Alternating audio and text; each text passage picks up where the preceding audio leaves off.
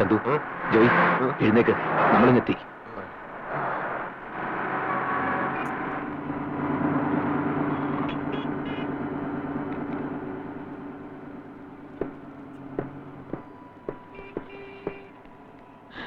Good morning. Good morning. എന്റെ ദൈവമേതാ പിന്നെയും ഗുഡ് മോർണിംഗ്. ഇങ്ങോട്ട് വേണം. ഉണ്ടായിരുന്ന കോളേജിലേക്കാ? അല്ല, മീൻ മേടിക്കാൻ മാർക്കറ്റിലേക്ക്. അവിടെ ഉണ്ടാക്കി വെച്ചിരിക്കുന്ന കുഴപ്പങ്ങൾ പോരാഞ്ഞിട്ടാ ഇവരെ പോണ്ടിച്ചേരി ബോർഡർ കിടന്ന അപ്പടിയാ. അത് പോണ്ടിച്ചേരി, ഇത് കേരളം. ഇങ്ങോട്ട് വന്നേ.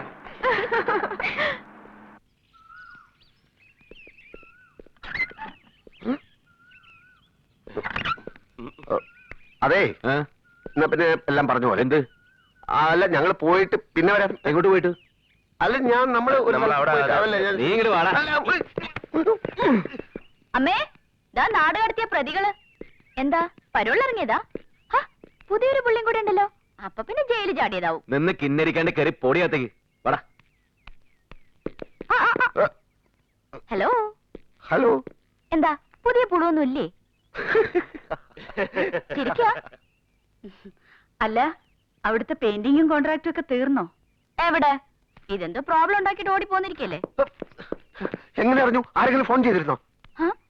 ആരെങ്കിലും ഫോൺ ചെയ്യണോ? നമ്മുടെ ഏട്ടനെ നമുക്ക് അറിഞ്ഞൂടെ ചോദിച്ചായോ? എന്താ ലേറ്റസ്റ്റ് പ്രോബ്ലം? Ladies problem? വന്ന പാടന്നെ കൈമേടിക്കാനുള്ള പുറപ്പെടാ. ഉവ്വ, മേടിക്കും. മേടിക്കും. മതി, വരാൻ കാത്തിരുന്ന വഴക്കുടങ്ങാൻ. മടി ഇങ്ങോട്ട്.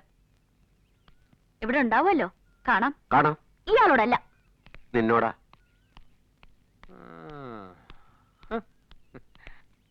നീ എന്തിനാണ് ആരെങ്കിലും ഫോൺ ചെയ്തോന്ന് ഉമ്മയോട് ചോദിച്ചത്? നീ എങ്ങനെ ചോദിച്ചോ?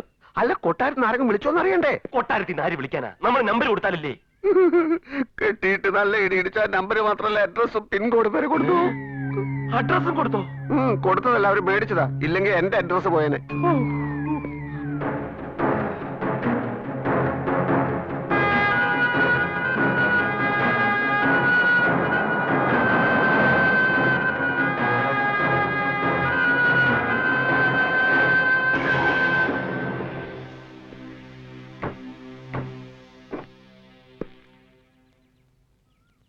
ഇത് തന്നെ വരാം.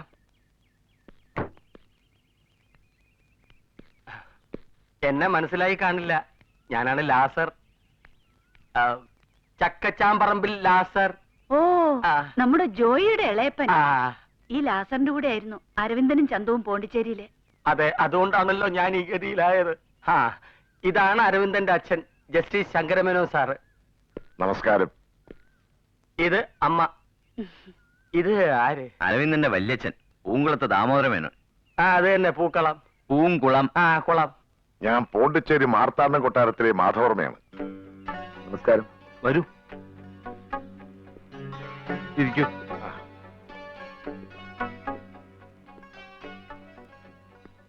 ചോദിക്കുന്നതുകൊണ്ടൊന്നും വിചാരിക്കരുത്.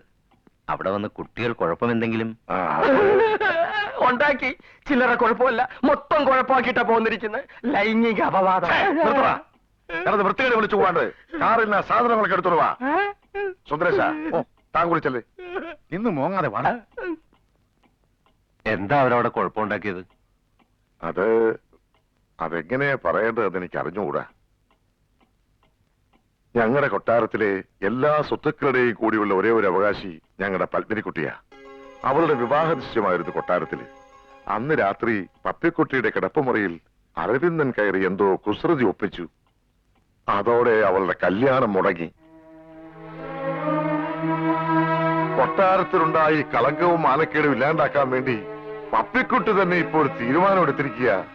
വിവാഹം കഴിക്കുകയാണെങ്കിൽ അത് അരവിന്ദനെ തന്നെ ആയിരിക്കുമെന്ന്.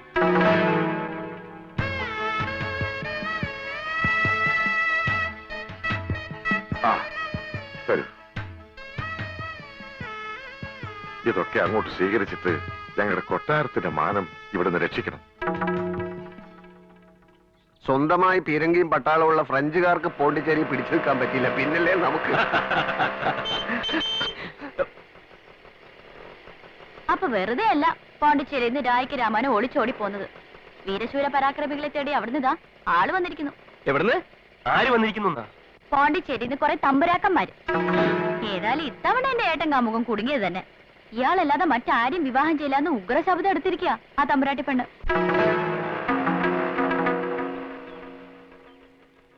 ഈ സന്തോഷം എത്രയും പെട്ടെന്ന് എനിക്ക് കൊട്ടാരത്തിൽ അറിയിക്കണം. മാത്രമല്ല ഇനി നിങ്ങൾ എല്ലാവരും കൂടി അങ്ങോട്ടേക്ക് വരണം. നമ്മൾ എല്ലാവരും കൂടി ഒരുമിച്ചിരുന്നിട്ട് വേണം കല്യാണ ദിവസം നിശ്ചയിക്കാൻ. ആരുടെ കല്യാണം? അച്ഛനും അമ്മയും വല്യച്ഛനും വല്യമ്മയൊക്കെ ക്ഷമിക്കണം. നമുക്ക് ഈ കല്യാണം വേണ്ട. അതിന് നിന്റെ അല്ല, അരവിന്ദന്റെ കല്യാണക്കാര്യമാണ് ഞങ്ങൾ സംസാരിക്കുന്നത്. അവൻ ഇഷ്ടമുള്ള ഒരു പെണ്ണിനെ വേണ്ട എന്ന് പറയും. ഇവൻ ആരാ?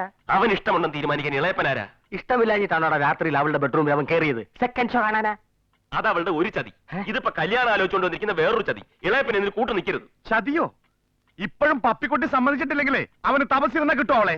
നീ അവളെന്നല്ല, നിങ്ങൾ എല്ലാവരും കൂടെ തപസ്സിരുന്നാലും കിട്ടാൻ പോണില്ല ഞങ്ങളുടെ അരവിന്ദനെ.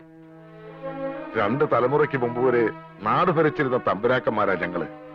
ആ പെരുമയും മഹിമയും പാരമ്പര്യവും ഒന്നും നിങ്ങൾ കണക്കാക്കണ്ട.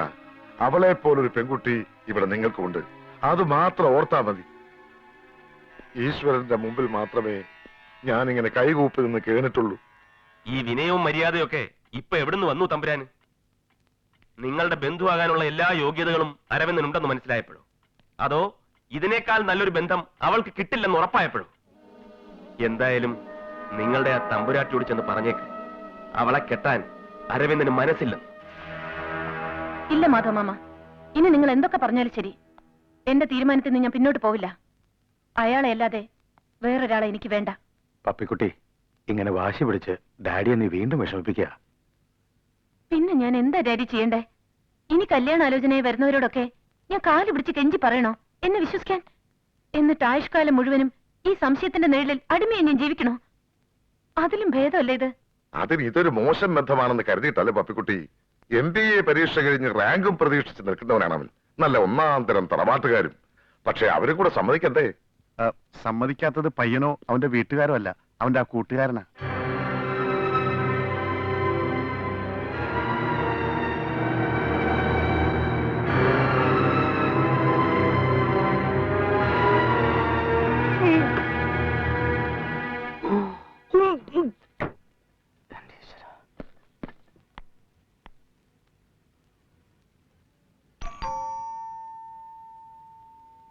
ആരാ അത്? ആരാ സാവിത്രി? ആരാ? ഞാനാണ്, മാർത്താണ്ഡം കൊട്ടാരത്തിലെ ആ പത്മിനിക്കുട്ടി. വരൂ, അകത്തേക്ക് വരൂ. ചന്തു, ചന്തു, ജോയി, ദേ അവളെന്റെ വീട്ടിലേക്ക് വന്നിരിക്കുന്നു. ആ പോണ്ടിച്ചേരി പത്മിനി. അയ്യോ, തനിച്ചാണോ അതോ കൂടെ ആരെങ്കിലും ഉണ്ടോ? തനിച്ചാ? തനിച്ചാണെങ്കിൽ അവളെ പെട്ടിയും സാധനങ്ങളൊക്കെ ആയിട്ടായിരിക്കും വന്നിരിക്കുന്നത്. എന്തിന്? കൂടെ കയറി താമസിക്കാൻ. ആഹാ, എന്നാ ഞാൻ പോയി കണ്ടിട്ട് വരാം. വേണ്ട, നീ പോയി നീ അവളായിട്ട് വഴക്കുണ്ടാക്കണ്ട. ജോയി, നീ ചെല്ലേ. അവളുടെ ഉദ്ദേശം എന്താണെന്നും അവൾ എന്താ പറയുന്നതെന്നും ചെന്ന് അറിഞ്ഞിട്ട് വച്ചല്ലേ. അതറിയാൻ വേണ്ടി ഞാൻ അവിടം വരെ പോകേണ്ട ആവശ്യമില്ല. അത് ഇവിടെ നിന്നുകൊണ്ട് തന്നെ എനിക്ക് പറയാൻ പറ്റും. നിന്റെ ഭാവന ഒന്നും ആവശ്യമില്ല, നേരെ അങ്ങോട്ട് ചെന്നാ മതി.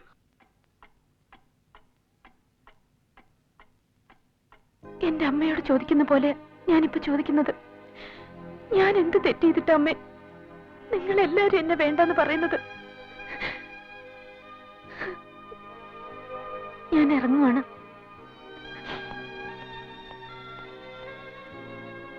അരവിന്ദനോട് ഞാൻ വന്നിരുന്നു എന്ന് പറയണം. എന്തെങ്കിലും തെറ്റ് ചെയ്ത് പോയിട്ടുണ്ടെങ്കിൽ മാപ്പ് ചോദിച്ചൊന്നും പറയണം.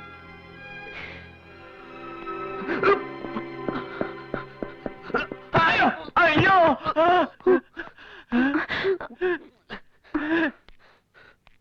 എന്താണോ ഇത്? വെല്ലച്ചൻ എന്താ ഇവിടെ? ദേഹത്ത് നനഞ്ഞു പോടാ പറയാ.